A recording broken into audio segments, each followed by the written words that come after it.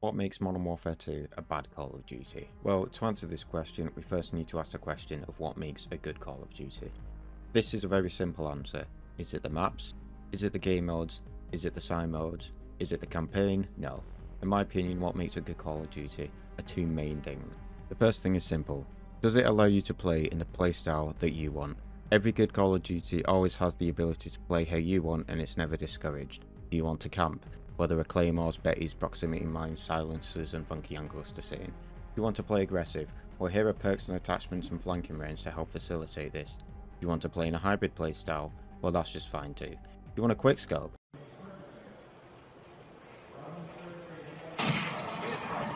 Oh, baby, a triple! Oh, yeah! Do you want to use a shotgun? Akimbo pistols? Do you want to use assault rifles, SMGs, LMGs? Doesn't really matter. Each have their own use and are all usable in their own way. The second, can I relax playing a game? Call of Duty is a game people would come home from school and work, having dealt with the bullshit of life, and they just wanted something they don't need to think too much about and can have a good time. Could I get the boys involved and have a great time? Can I play solo and have a great time? It didn't matter how you wanted to play, it would be facilitated for you. The answer to these questions is no, you've failed at the core fundamentals of what makes a good Call of Duty. So that begs the question, does Modern Warfare 2 follow these simple rules? It's false. No way. Not this time. Not this time. No. Not this time. Not a chance. Not this time. Modern Warfare 2 belongs slap bang in this category, thanks to the absolute hard-on IW has with punishing you for moving and the hyper-aggressive skill-based matchmaking that does nothing but fuck everyone in the arse. I know someone's going to say, you're just a sweaty G-Fuel snorting hyper nerd that wants to bunny hop around the map like it's a CSGO minigames server, shitting on 70-year-old men with the reaction times of a sloth. You can still play aggressively.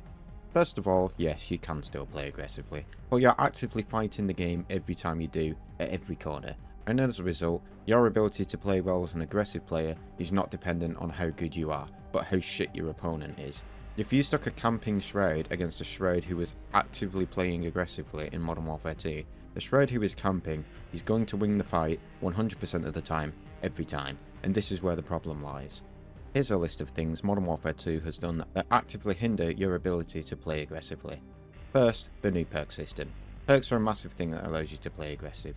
From Ghost, which keeps you off the radar, to Quick Fix to heal when you get a kill, to simply Sleight of Hand, which lets you reload and swap your weapons faster.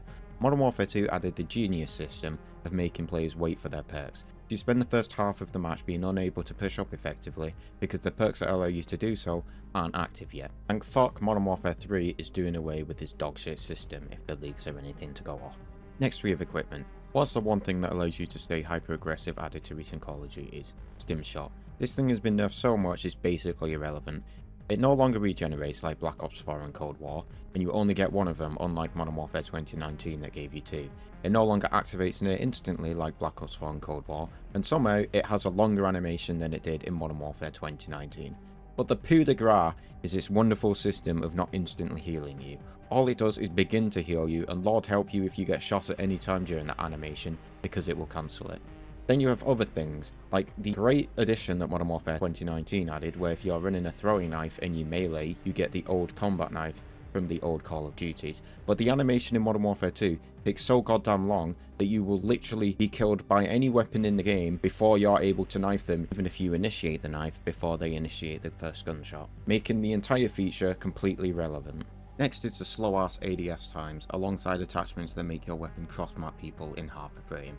When you put any range on a gun in Modern Warfare 2, suddenly you need to book an appointment just to be able to aim in with it. This however won't affect you if you're camping, because you're already aiming in.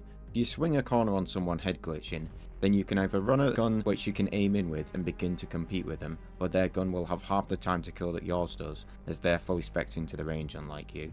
Or you spec your gun for range to compete with their time to kill, but you've died 3 franchises back before you've even finished your aiming animation to begin to compete. Now, in Modern Warfare 2019, your aiming time also increased when you increased the range, but it didn't exponentially increase it like it does in Modern Warfare 2. Not only this, but Modern Warfare 2019 gives you the movement abilities to try and even the playing field a little bit, which leads me on to my next point, the movement. Jump shooting? Gone. It now takes that insane ADS time and doubles it. Slide cancelling or just aiming while sliding or shooting immediately from the hip while sliding? Gone. Now sliding is basically a mechanic you use if you want to die.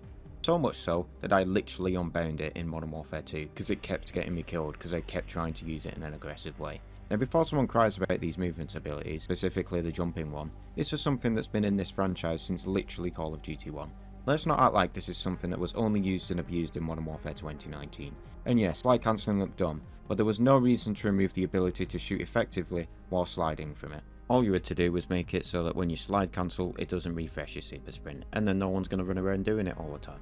Mantling takes 20 minutes to do. You can't shoot while mantling, you know, that feature we had back in 2011 with Battlefield 3. God forbid you need to mantle high up onto anything, because you better hope to God no one's going to have line of sight onto you for like 4 seconds that it takes to get it off, which Modern Warfare 2 maps are designed in such a way that a lot of spots that people camp require you to mantle up to compete with them. It's not like it's a feature you can just avoid. Remember when hipfire was useful? I remember. Flap on steady aim and suddenly every gun is usable from the hip. Since Modern Warfare 2019, Infinity Ward have decided to make it so that if you don't put half your attachments into hipfire accuracy or hipfire recoil control, your gun acts like the barrel is made out of spaghetti, as it pisses bullets in a 35-mile radius of your center crosshair. So that's the movement, equipment, ADS time, attachments, basic shooting mechanics and the perk system all actively fighting you from playing aggressively. Oh, and by the way, I think Modern Warfare 2019 was a much more aggressive game than this one because you actually had the tools and abilities to fight aggressively. I felt like you could fight into campers much more reliably in that game, whereas this game I'm fighting both the game and the enemies. Next is relaxing to play the game, which is the complete polar opposite of how the current skill-based matchmaking system allows you to play.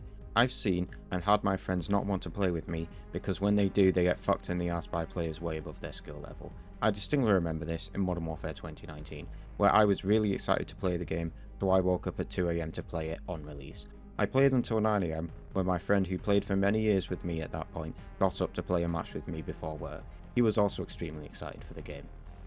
However, everyone he got placed against did what I did and woke up at 2 AM to play, so he got completely arse blasted. It probably didn't help the map was also Piccadilly. He then came home after work, where my skill-based matchmaking had increased even more, and proceeded to further get shit on. This happened for a week where, I kid you not, he ended up not playing at all for that entire game's life cycle. So now the person that I loved playing Call of Duty with doesn't want to play with me, thanks to skill-based matchmaking being way too strict. This is something that has only gotten worse as the years have gone on, and in Modern Warfare 2, the same system is in place. The skill-based matchmaking system isn't even a good one. No one has fun in it. It's not like it's matching people of similar skill together. What it actually does is try to get an average skill within a team and match that against another average skill of another team. What this results in is one great player being matched against 6 above average players. Then to balance that out, the great player is matched with 5 below average players, and then Call of Duty calls it a day and says that's balanced. Hey, that's pretty good. Now, you don't need a PhD in game design to realise why this is a dogshit idea. The great player shits on the above average players. The above average players shit on the average to below average players.